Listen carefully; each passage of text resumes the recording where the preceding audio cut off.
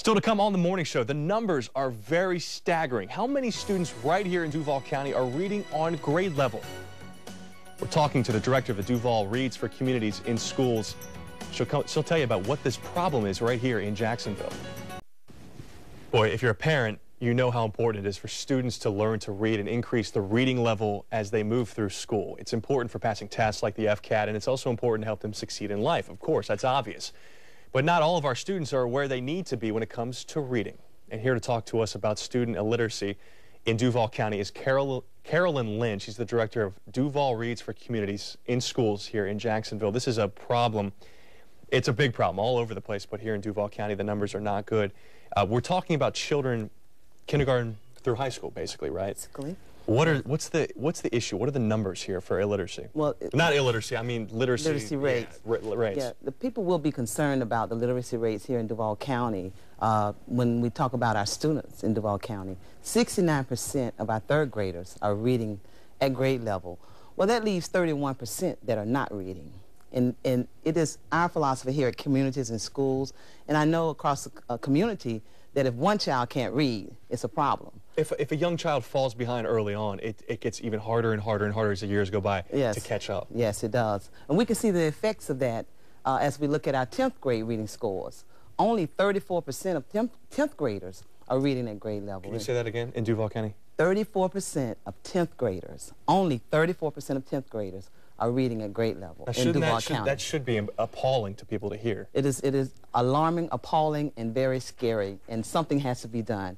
And that's why your program, yeah. That's why our program here at Communities in Schools cares about our literacy problems, and we're working on making a difference in Jacksonville. A lot of this has to start at home with the parents.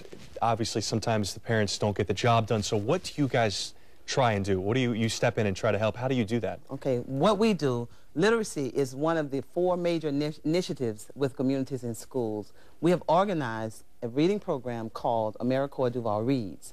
And what I do is hire reading tutors to go in Duval County schools to assist students who are reading below grade level, kindergarten through 8th grade.